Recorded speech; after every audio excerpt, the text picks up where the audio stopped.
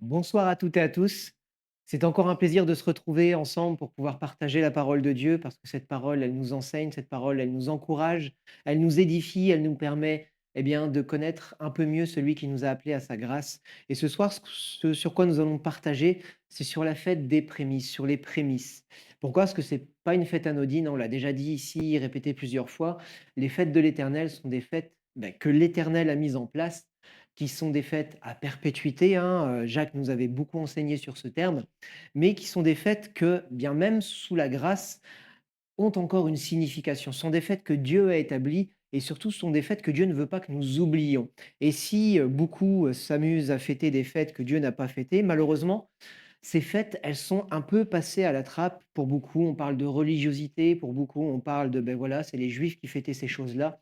Mais il ne faut pas oublier que nous, on a été greffés sur l'olivier franc. On est quelque part, on est rattaché aux promesses que l'Éternel a faites au peuple juif. Pourquoi? Parce que nous avons été sauvés au travers de Christ et Christ est venu au travers du peuple juif pour nous sauver au travers des promesses qu'il avait faites à ce peuple. Et nous devons être conscients et au courant de ce que Dieu a mis en place pour son peuple. Maintenant que nous aussi, nous faisons partie de ce peuple, nous ne pouvons pas passer au travers de ces fêtes. Et celle sur laquelle j'avais à cœur de partager ce soir, c'était la fête des prémices. Alors, on va tout de suite aller en Lévitique 23 et on va lire ensemble les versets 9 à 14 qui nous expliquent ce qu'est cette fête. Lévitique 23, versets 9 à 14. L'Éternel parla à Moïse et dit: Parle aux Israélites, tu leur diras: Quand vous serez entrés dans le pays que je vous donne et que vous y ferez la moisson, vous apporterez au sacrificateur une gerbe, prémisse de votre moisson. Il fera devant l'Éternel le geste de dédier la gerbe afin qu'elle soit agréée pour vous. Le sacrificateur fera le geste de la dédier le lendemain du sabbat. Le jour où vous ferez le geste de dédier la gerbe, vous offrirez en holocauste à l'Éternel un agneau d'un an sans défaut, ainsi que l'offrande correspondante de 2/10 de fleurs de farine pétrie à l'huile, comme offrande consumée par le feu d'une agréable odeur à l'Éternel, et la libation d'un quart de hin de vin. Vous ne mangerez ni pain, ni épi rôti, ni blé nouveau, jusqu'au jour précis où vous apporterez l'oblation à votre Dieu. C'est une prescription perpétuelle pour vos descendants, partout où vous habiterez. Donc la fête des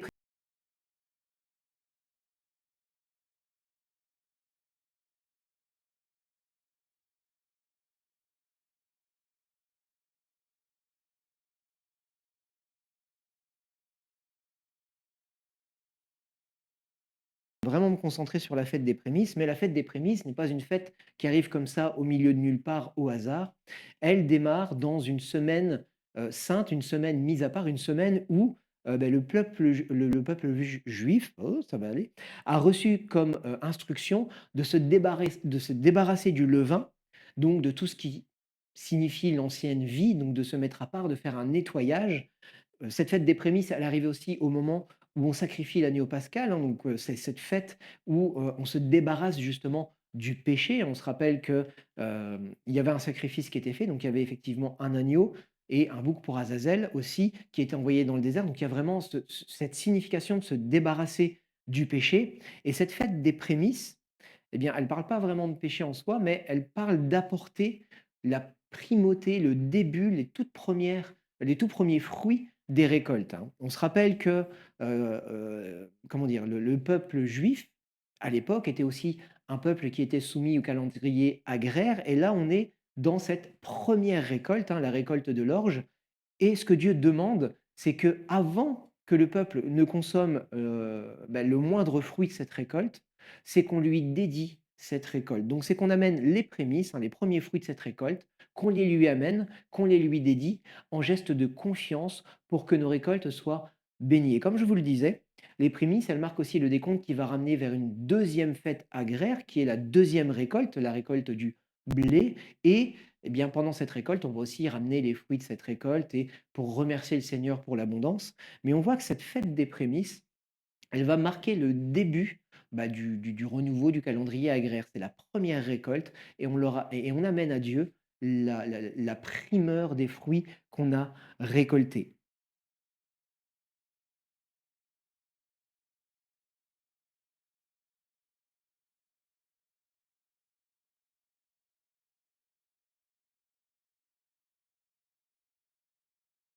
20, donc justement où on se débarrasse, cette semaine sainte, elle est du 15 au 21 Nissan, donc pendant 7 jours, dont le premier et le dernier jour sont des jours de Shabbat. Les prémices, donc cette fête de la première gerbe, elle intervient le 16 Nissan, donc le lendemain du premier sabbat de la semaine des pains sans levain. Et donc la fête des moissons, elle intervient donc 49 jours après ce jour ou 50 jours après la Pâque. Donc cette fête des prémices, elle est aussi appelée offrande de l'Omer, hein, parce qu'elle va commencer, comme je vous le disais, ce décompte qui va ramener le peuple juif jusqu'à ce jour de la fête de la moisson. Donc cette symbolique, elle va marquer le début en fait d'une recherche, d'une mise en pratique de la parole de Dieu. Donc à partir de ce jour, on va tous les jours pratiquer, toutes les semaines plutôt, pratiquer un nouvel aspect de ce que Dieu demande, un nouvel aspect du caractère de Dieu qu'on doit démontrer. Donc le peuple juif, chaque semaine, va travailler ce caractère pour se préparer ben, justement jusqu'à cette fête des moissons. Pourquoi? Parce qu'en ce jour donc de Shavuot, de fête des moissons, c'est le jour du don de la Torah. On se prépare pour recevoir la loi de Dieu, pour commémorer le jour où Dieu a donné la Torah. Donc on voit que la fête des prémices, c'est voilà, elle atterrit pas comme ça n'importe où. Dieu a pas dit bon ben on va la mettre là quelque part et puis ça fera l'affaire. Non, au contraire, elle intervient dans un contexte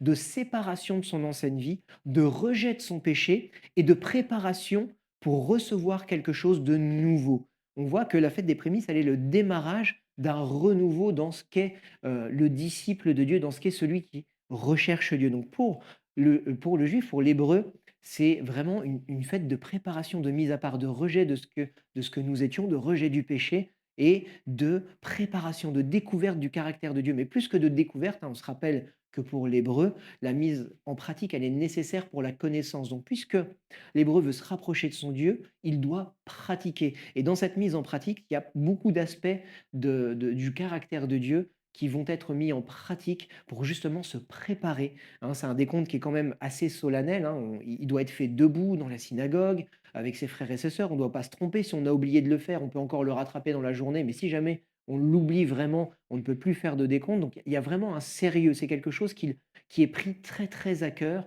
de justement pratiquer cela pour se rapprocher de Dieu, pour se préparer à ce jour où on se rappelle que Dieu a fait le don de la Torah à Moïse le jour de Shavuot. C'est aussi une fête de reconnaissance et d'obéissance, hein. On reconnaît la souveraineté de Dieu et qu'il est la source de la providence, qu'il est généreux et qu'il pourvoit. Donc on lui fait confiance pour les récoltes, hein. Là, il faut quand même se rendre compte que c'est les premières récoltes. On sort de l'hiver, on arrive au bout de ce qu'on avait peut-être mis de côté pour passer justement cette période, hein. Je vous rappelle que le peuple hébreu, voilà, il n'y avait pas de supermarché à l'époque, hein, il n'y avait pas de camions qui arrivaient de partout du monde et on leur ramenait pas des tomates du Maroc ou de je ne sais où. Ils devaient se débrouiller avec les fruits de leur récolte à eux. Donc là, ils roulaient plus ou moins sur leur dernière récolte, hein. Les dernières récoltes de l'année, beh, voilà, c'est, la fête des tentes. C'est les dernières récoltes de l'année, hein. C'est les récoltes d'olives et de je pense que je l'ai noté quelque part. Oui, c'est les récoltes d'olives et de raisins, c'est les dernières récoltes de l'année, donc ils roulent sur leurs derniers fruits et là, leur première récolte, s'ils veulent vraiment obéir à Dieu, eh beh, ils n'y toucheront pas jusqu'à ce jour. Voilà, ils se dépêchent pas, bah, tiens, on va faire la fête des prémices, on va la faire un peu plus tôt parce qu'on a récolté plus tôt et qu'on a faim. Non, il y a un jour qui est donné pour que le peuple vienne dédier son offrande au Seigneur et qu'il puisse justement bénéficier des fruits. Pourquoi? Parce que le Seigneur veut être honoré, le Seigneur veut qu'on reconnaisse qu'il est souverain sur toute chose et qu'on lui apporte les prémices de tout ce que nous avons et de tout ce que nous sommes. Donc les prémices, les premiers fruits sont exigés par Dieu en sacrifice ou en offrande et concernent tous les domaines de la vie du juif. On peut aller voir en Exode 13, versets 1 et 2. Hop, hop, hop, non, c'est avant. Voilà. Exode 13, versets 1 et 2. L'Éternel parla à Moïse et dit: Consacre-moi tout premier-né, tant des hommes que des bêtes. Tout est né chez les Israélites, il m'appartient. Tu avais dit quoi? 1, 2, voilà. Donc il veut déjà qu'on lui consacre aussi, bah, tous les premiers-nés, aussi bien des bêtes, mais aussi des hommes. Donc les aînés de chaque famille étaient consacrés à Dieu. Hein, d'ailleurs, on les amenait enfin, en offrande au temple. Ils n'étaient pas sacrifiés, rassurez-vous. Mais voilà, Jésus a été présenté au temple, il a été consacré au temple, hein. On se rappelle même qu'à ce moment-là, je ne vais pas dire de bêtises que j'ai oublié son prénom. Oui, il a retrouvé la parole. Donc il a été consacré au temple. Donc tout premier-né était consacré à l'Éternel. Donc ça allait déjà jusque-là. Donc les enfants premiers-nés, les premiers-nés du bétail étaient consacrés à l'Éternel. Si on va un petit peu plus loin en Exode 23 au verset 6, on voit qu'il n'y a pas simplement les hommes, les bêtes qui étaient consacrés, mais aussi les récoltes. On en a déjà parlé un petit peu d'ailleurs avec cette fête des prémices. Exode 23, verset 6 qui nous dit, j'ai dû me planter parce que ce n'est pas ça. Oui, carrément. Je retrouverai le verset, je vous le mettrai.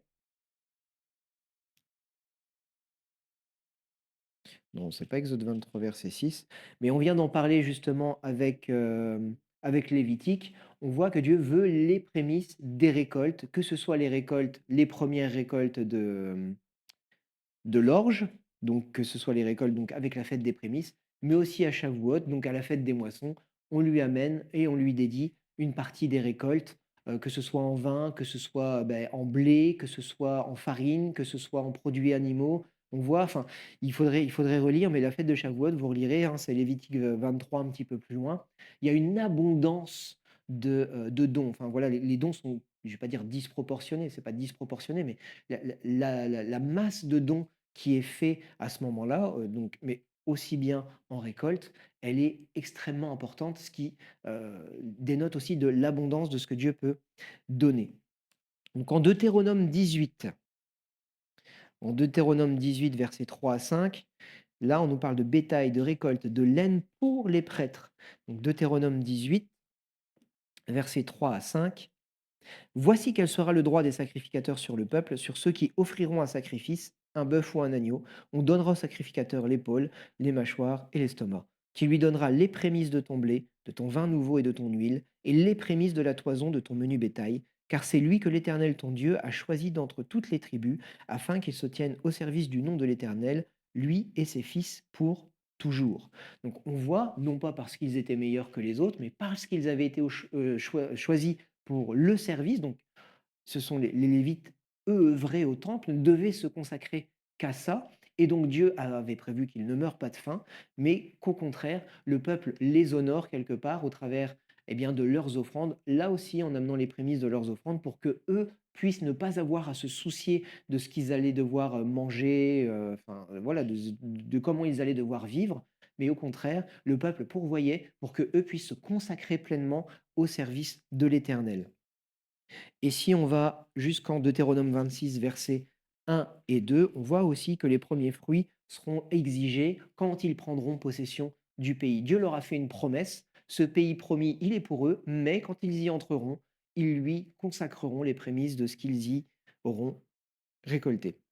Deutéronome 26, versets 1 et 2. Lorsque tu seras entré dans le pays que l'Éternel ton Dieu te donne pour héritage, lorsque tu en prendras possession et que tu l'habiteras, tu prendras des prémices de tous les fruits que tu retireras du sol dans le pays que l'Éternel ton Dieu te donne, tu les mettras dans une corbeille et tu iras au lieu que choisira l'Éternel ton Dieu pour y faire demeurer son nom. Donc on voit que même dans ce qui concerne le pays promis, c'est un pays qui est une terre qui leur a été offerte par le Seigneur, mais quand ils y rentreront, pour marquer que c'est l'Éternel qui leur a donné, pour marquer leur confiance en l'Éternel et que c'est l'Éternel qui pourvoit, l'Éternel leur demande de consacrer les prémices de ce qu'ils trouveront, de ce qu'ils y récolteront. Donc on voit déjà que voilà, ce jour des prémices, il marque une chose essentielle, on reconnaît que c'est Dieu qui est souverain en toutes choses et que c'est lui qui pourvoit.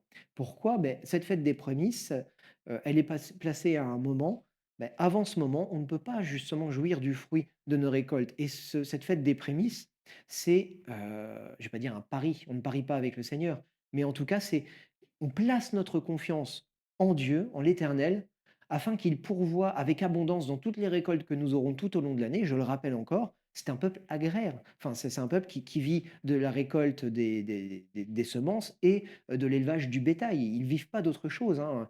Les Israélites, ils vont pas aller piller les pays alentours. Ils prennent pas leur bateau pour aller faire le tour de la Méditerranée et ramener tout un tas de biens et de victuailles et d'esclaves, hein. Ils vont pas dans les pays voisins pour voler leur subsistance. Non, eux subsistent grâce à l'Éternel. C'est l'Éternel qui leur donne ce dont ils ont besoin. Donc cette fête des prémices, elle marque la confiance que le peuple met en l'Éternel en lui apportant les fruits des premières récoltes. Pourquoi? Bah, parce que ce sont justement les premières récoltes et qu'on amène les prémices de ce qu'on obtient à l'Éternel en lui disant: «Je te fais confiance, tu m'as béni et je sais que tu me béniras encore, donc voilà les premiers fruits de l'Éternel». Pourquoi? Parce que les premiers fruits de ma récolte, pourquoi? Parce que je te fais confiance, parce que je veux t'honorer, parce que je veux te donner le meilleur de ce que j'ai, donc les premières choses que j'ai, je te les donne. Que ce soit mes enfants, que ce soit mon bétail, que ce soit mes récoltes, que ce soit ce que je trouverai dans ce pays que tu m'as donné, tout ce que j'ai, je te donne les prémices. Mais ça n'a pas commencé, voilà, Dieu ne s'est pas réveillé un jour en disant: «Bon, beh, je vais leur donner une loi et puis à partir de maintenant, ils me donneront les prémices de leurs fruits». Non, cette ordonnance de mettre Dieu en premier en toute chose et de lui apporter les premiers fruits de ce que nous sommes, ça n'a pas commencé un beau jour quand Dieu a donné une loi à Moïse et qu'il a dit à Moïse: «Bon, ben, voilà, vous m'apporterez tous les premiers fruits de vos récoltes». Non, ça a commencé, voilà, c'est marqué dès le commencement. On va aller en Genèse 4 et on va lire les versets 3 à 5. Genèse 4, versets 3 à 5 nous raconte l'histoire de Caïn et d'Abel. Et on voit que, eh bien, même là, Dieu exigeait les meilleurs fruits, les premiers fruits, les fruits les plus beaux. Caïn et Abel, Genèse 4, versets 3 à 5. Au bout d'un certain temps, Caïn apporta des fruits du sol comme offrande à l'Éternel. Abel, lui aussi, apporta des premiers-nés de son bétail, de son petit bétail, pardon, avec leur graisse. L'Éternel porta un regard favorable sur Abel et sur son offrande, mais il ne porta pas un regard favorable sur Caïn ni sur son offrande. Caïn fut très irrité et son visage fut abattu.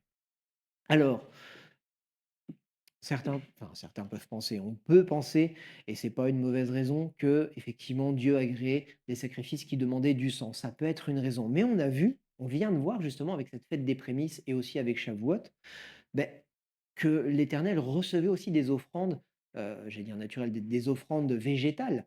Donc quelque part, pourquoi est-ce que là, à ce moment-là, l'offrande végétale n'était pas approuvée?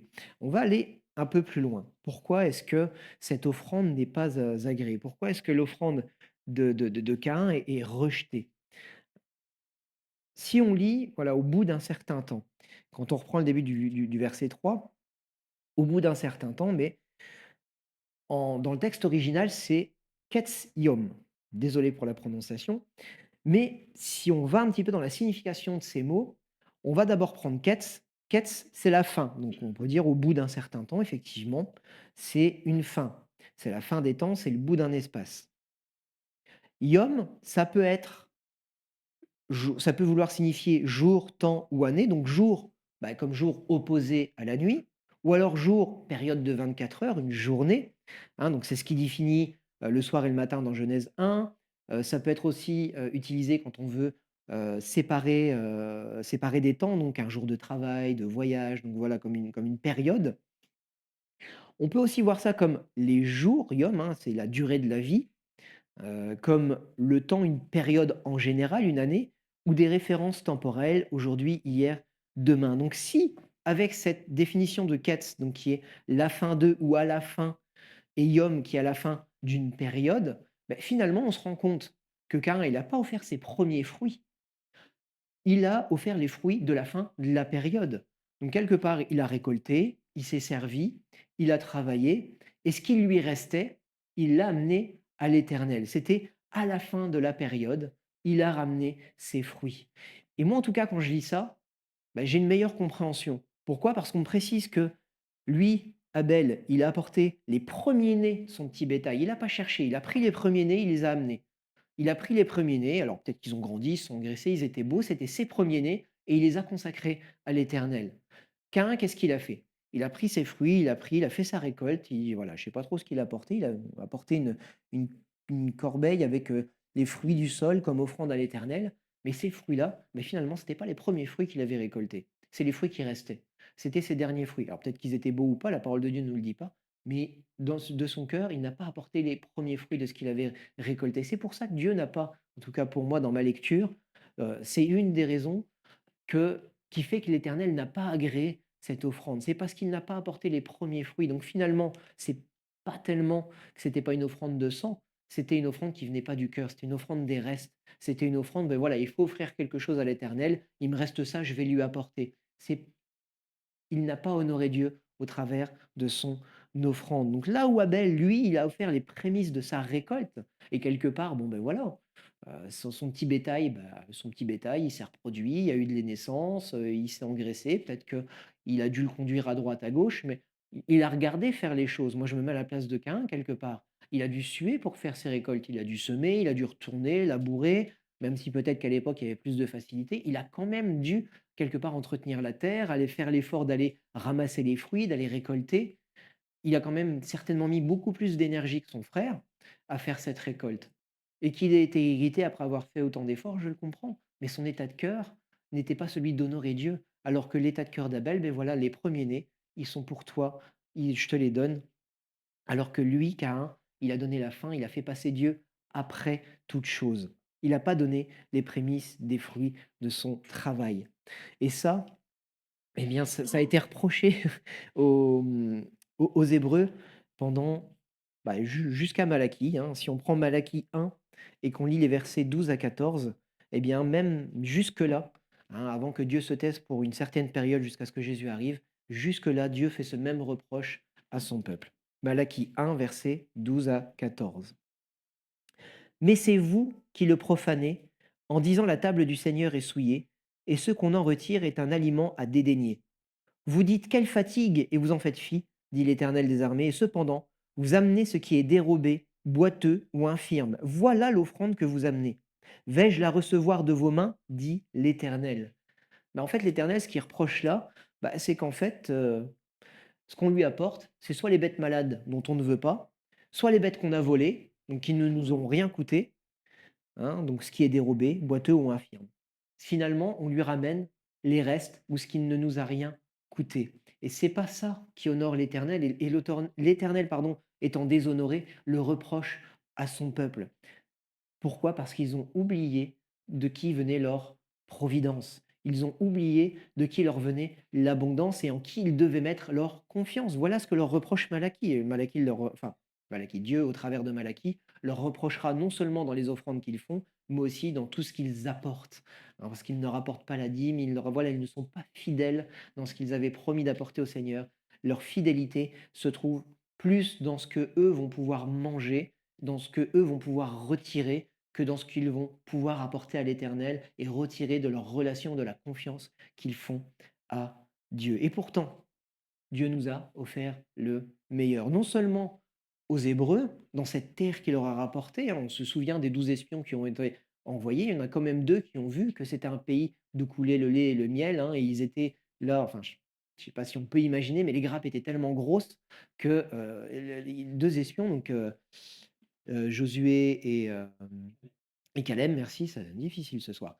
On a Josué et Caleb qui reviennent avec une branche sur eux, avec une grappe dessus qui est tellement grosse qu'ils sont obligés de s'y mettre à deux pour la ramener. Mais si regardez ce qu'on a ramené de là-bas, c'est un pays d'où coule le lait et le miel. Alors les 10 autres, ils ont vu les géants, ils ont vu les peuples qui étaient déjà là, ils ont vu encore les épreuves, et ils ont manqué de confiance en l'Éternel. Mais Josué et Caleb, eux, ils ont vu le pays promis, ils ont vu l'abondance que Dieu leur avait préparée, et ils n'avaient pas peur d'y aller. Et ce peuple a oublié l'abondance que Dieu leur avait offerte. Et nous, nous avons reçu un cadeau encore plus grand. On va aller en 1 Corinthiens 15 et on va lire le verset 20. 1 Corinthiens 15, verset 20, qui nous dit: Mais maintenant, Christ est ressuscité d'entre les morts, il est les prémices de ceux qui sont décédés. Quand est-ce que Jésus est mort? Un jour de Pessah, un jour de Pâques. Quand est-ce qu'il est ressuscité? Un jour de prémices. Il est ressuscité, il est les prémices de ceux qui devront ressusciter. Il est nos prémices à nous. Il est le premier fruit d'une récolte qui va être grande et dans laquelle nous sommes rentrés. Il est l'agneau sans défaut sacrifié le jour de Pessah. On trouve ça en Jean 19, les versets 14 et 31 que je vais vous lire. Donc verset 14, donc Jean 19, 14 qui nous dit: C'était la préparation de la Pâque et à environ la 6e heure, il dit aux Juifs: Voici votre roi. Ça, c'est Jésus qui est chez Pilate. Pilate dit au peuple: Vous voulez que je vous relâche qui? Jésus qui est innocent ou Barabbas qui est coupable? Ils ont choisi Barabbas. Ils ont condamné Jésus. Et il dit aux Juifs: Voici votre roi à mort, crucifiez-le.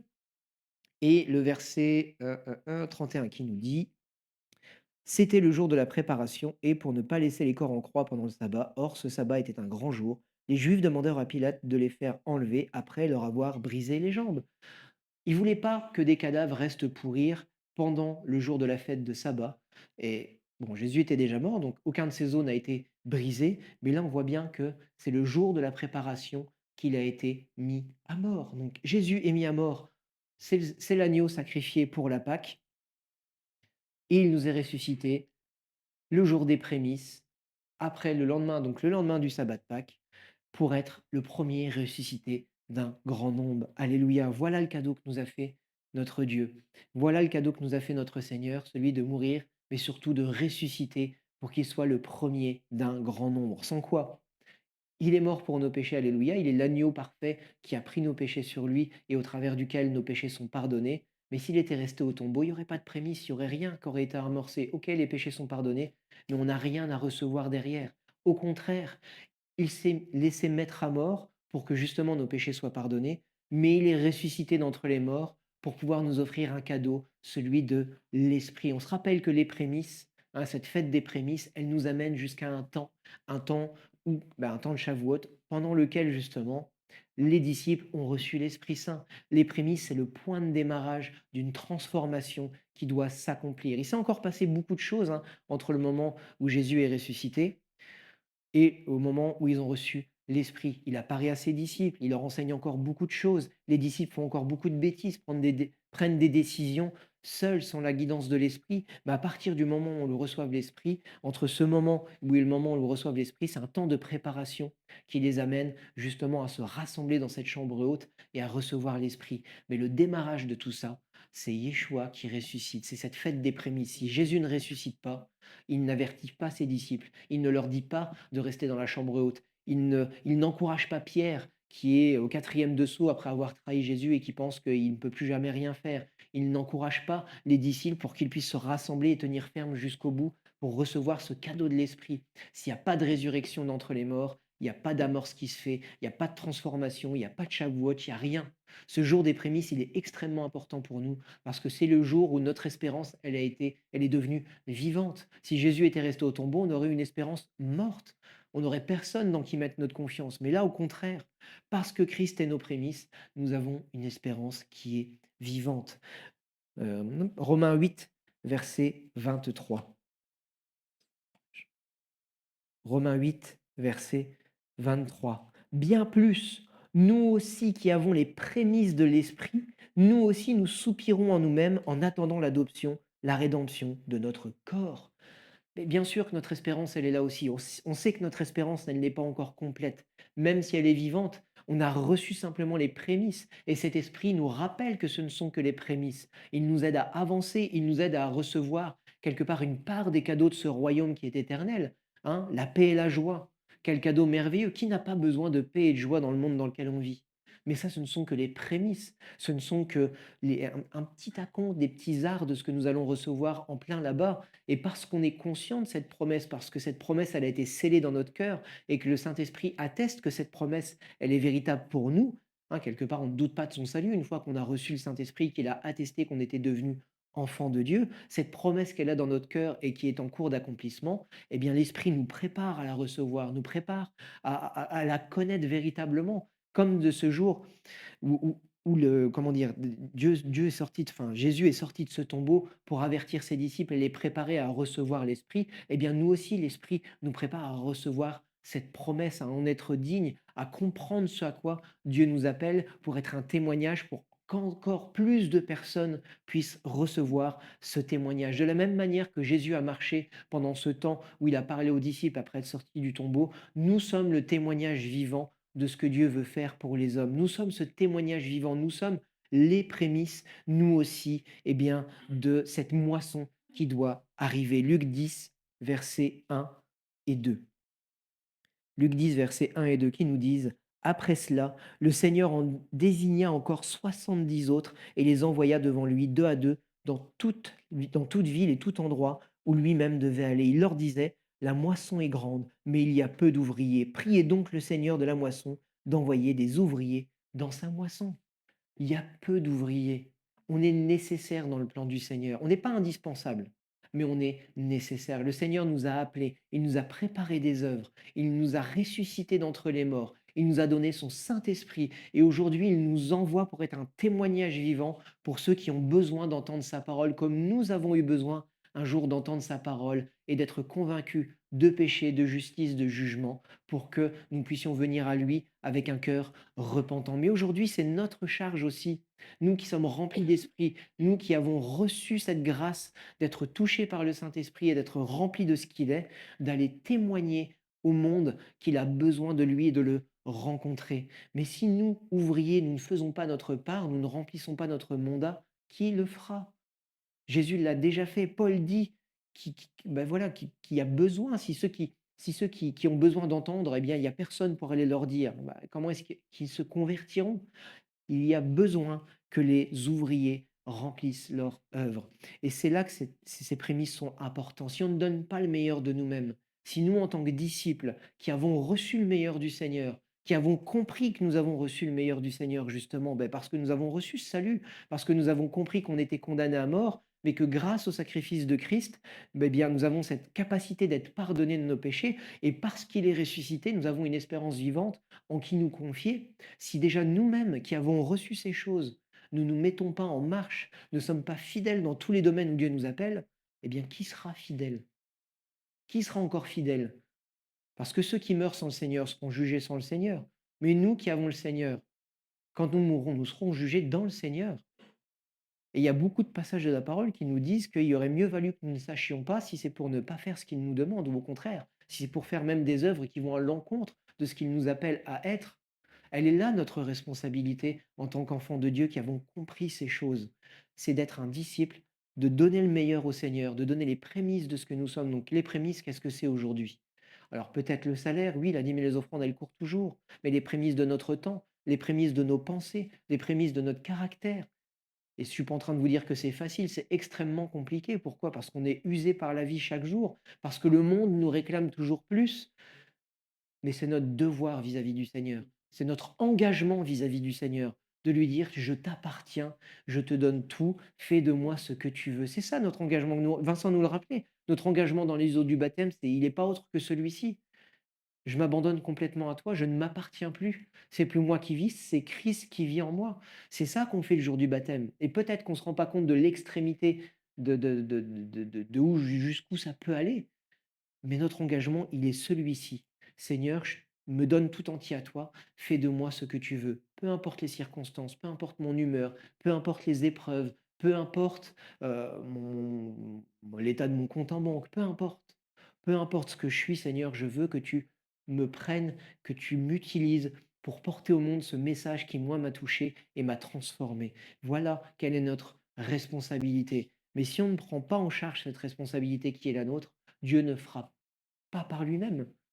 C'est notre responsabilité. Et puisque nous avons dit oui au Seigneur, eh bien le Seigneur s'attend à ce que nous fassions justement ce pas, ce compte que comme comme ces Hébreux, comme ces Juifs qui, du jour de la fête des prémices jusqu'au jour de Shavuot, se mettent à part pour recevoir cette promesse, pour célébrer le don de la Torah, que nous, toute notre vie, nous nous mettions à part et nous pratiquions ces choses que Dieu veut que nous pratiquions jusqu'au moment où on recevra justement cette promesse après laquelle nos corps crient, hein. Qui me délivrera de ce corps de mort, disait Paul, hein. Je fais le mal que je ne veux pas faire et je ne fais pas le bien que je voudrais faire. Qui me délivrera de ce corps de mort?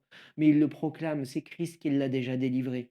Et même si aujourd'hui il est imparfait, il était imparfait, il sait qu'au bout de sa course, s'il continue de garder le cap, s'il continue de faire ce que Dieu lui demande et de mettre ses efforts justement dans la réalisation, non pas par ses propres forces, mais par le Saint-Esprit, par la force que lui donne le Seigneur, par les commandements qu'il lui donne d'accomplir et de mettre en œuvre, s'il tient ferme jusqu'au bout, il sait qu'il aura la couronne de vie. Il sait qu'il aura cette couronne qu'il pourra rendre au Seigneur et il sera fier de pouvoir la rendre. Pourquoi? Parce qu'il aura mené la course jusqu'au bout et il aura mené le bon combat. Et ce combat, on doit le mener aussi jusqu'au bout, même si la vie, elle est difficile, même si on n'est pas toujours dans des bonnes circonstances, même si parfois on est dans la compréhension et dans la confusion et qu'on ne voit pas où le Seigneur veut nous amener, il faut qu'on garde la foi dans le Seigneur parce qu'il nous a donné le meilleur de lui-même pour que nous puissions justement recevoir de lui ce dont nous avons besoin pour donner le meilleur de nous-mêmes Il ne s'attend pas à ce qu'on lui donne plus que ce qu'on a. On n'a rien d'autre à lui offrir que ce qu'on est quelque part.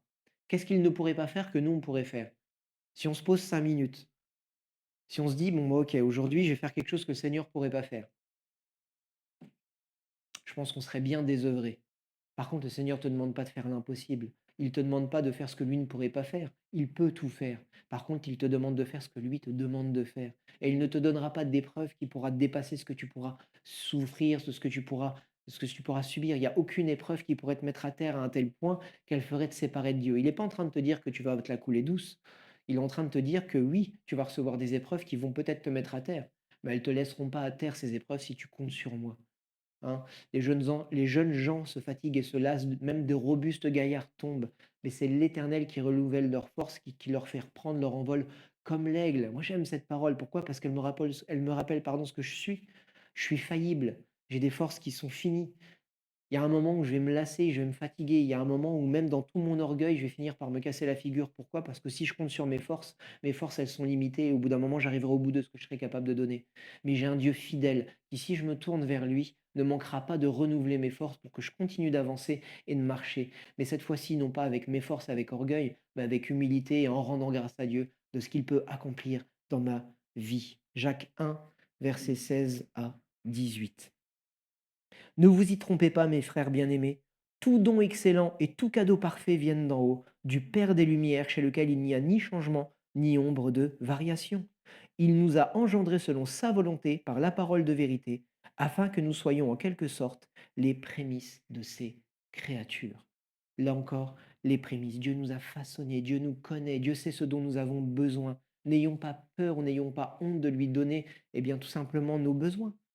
Il nous dit dans sa parole, viens, viens, dis-moi ce dont tu as besoin, et moi je te donnerai ce dont tu as besoin pour que tu puisses te préoccuper de mon royaume. Voilà, l'offrande du meilleur, c'est la base de notre nouvelle vie. Si on ne se donne pas tout entier à Dieu quelque part, on va louper le coche, on va louper ce que Dieu veut que nous soyons, on va louper ce que Dieu veut que nous fassions même. Si Dieu nous appelle à quelque chose et qu'on veut réaliser cette chose avec notre propre force, qu'est-ce qu'on va donner? Des fruits du monde, des fruits humains. Par contre, si quelque part on s'attend à Dieu dans tout ce que nous faisons, même si on aurait l'énergie de le faire par nous-mêmes, mais qu'on désire véritablement voir Dieu agir et qu'on le laisse prendre les commandes de tout ça, eh bien on verra sa gloire dans des domaines et dans des proportions qu'on n'aurait même pas pu imaginer. Pourquoi? Parce qu'il est le Dieu qui peut faire bien au-delà de ce qu'on peut penser et imaginer. Nous, on a une vision parfois toute faite des choses, mais Dieu, il n'est pas encadré par cette vision. Pourquoi? Parce qu'il a une vision qui va au-delà de tout ça. Il a la vision de toute chose, il n'est pas limité. Il voit déjà l'aboutissement. Il voit déjà les choses. Et nous, souvent, on voit plus la montagne, on voit le chemin à parcourir, on voit les difficultés, on voit pas plus loin parfois que le bout de notre nez. Mais Dieu voit bien plus loin que ça. Et si on lui laisse l'occasion de renouveler notre vision, si on lui laisse l'occasion de renouveler nos pensées, on n'aura pas peur de lui apporter les prémices. Pourquoi? Parce qu'on sait que ça ne nous manquera pas. Parce que même si c'est les prémices et que ça pourrait nous être essentiel et nécessaire, tout comme les prémices de la récolte étaient peut-être nécessaires et essentielles à la fin d'une année qui a peut-être été longue, difficile, où l'ennemi nous aura volé, hein. On se rappelle, hein, de Gédéon qui était obligé de se cacher pour récolter un petit peu, pour survivre. Et pourtant, Dieu, même dans des conditions comme ça, Dieu nous demande les prémices. Pourquoi? Parce que tout don parfait et tout don excellent nous vient d'en haut, hein, du Père des Lumières. Amen. Alors qu'on soit vraiment ancré dans le Seigneur, qu'on puisse lui remettre nos soucis, qu'on puisse même dans la difficulté, dans la confusion, lui remettre ce que nous sommes pour vraiment le laisser nous éblouir, pour le laisser nous surprendre même. Parce qu'il n'a pas été, voilà, il a été jusqu'aux extrémités pour nous. Il s'est laissé insulter, il s'est laissé maltraiter, fouetter, hein. On l'a presque laissé mort après cette flagellation, hein. Je parle de Jésus. Après la flagellation, il est presque mort. On l'a quand même laissé traîner son patibulaire jusqu'au lieu où il devait être exécuté. Et sur le lieu où il a été exécuté, eh bien, il a quand même tenu ce qu'il a tenu pour pouvoir triompher pour nous sur la croix de nos péchés, de nos maladies, de nos infirmités, et pour qu'aujourd'hui nous puissions mettre nos confiances, non pas dans un Dieu mort et lointain, mais dans un Dieu vivant qui est sorti du tombeau pour être les prémices de son peuple, de nous, pour que nous puissions apporter son nom à ceux qu'il voulait, à qui il voulait qu'ils l'entendent, en tout cas. Voilà, la fête des prémices, ça marque la charnière de notre engagement actif. On était spectateur de notre grâce et là, on devient acteur du plan de Dieu. Pourquoi? Parce que du jour où on l'a compris, on va travailler à devenir comme le Seigneur veut que nous soyons jusqu'à ce ce Shavuot quelque part qui nous permettra de recevoir la pleine promesse de ce que Dieu a en préparation pour notre vie. Amen. Voilà, ces prémices, cette fête des prémices. J'aime beaucoup les fêtes de l'Éternel parce qu'elles nous rappellent quelque part le plan de Dieu. Et le plan de Dieu, il n'est pas arrivé comme ça. Il n'a pas eu une lubie un jour en disant bon, moi, je veux leur envoyer Yeshua, allez, Yeshua, j'y vais. Parce que là, il commence à être paumé. Non. Tout dans la parole, eh bien, annonce et tend vers Yeshua. Et tout dans la parole n'a pas commencé au moment où Moïse a reçu la loi. Tout a commencé dès Genèse. Et quand on se poche un petit peu sur ces fêtes, hein, c'est bien de fêter.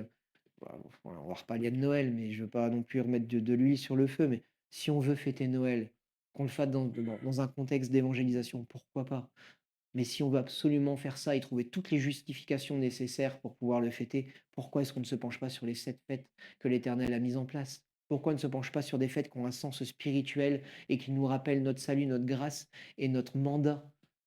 Qu'on se penche un petit peu sur ces fêtes. La fête des prémices, elle vaut le coup. Elle vaut le coup qu'on s'y penche. Pourquoi? Parce que c'est le démarrage de notre nouvelle vie en Christ et c'est ce qui va nous donner la force et qui va nous donner l'envie d'aller jusqu'au bout, jusqu'au moment où on recevra notre véritable promesse. Amen. Amen. Voilà, vous qui nous avez suivis en ligne, j'espère que ça vous aura motivé à vous pencher justement sur ces fêtes qui sont tellement importantes et chères au cœur du Seigneur, puisqu'il a pris la peine de nous les donner. Et on se retrouve ce dimanche pour le culte à 10h30. Je vous souhaite une bonne soirée, soyez bénis. La fête des prémices, je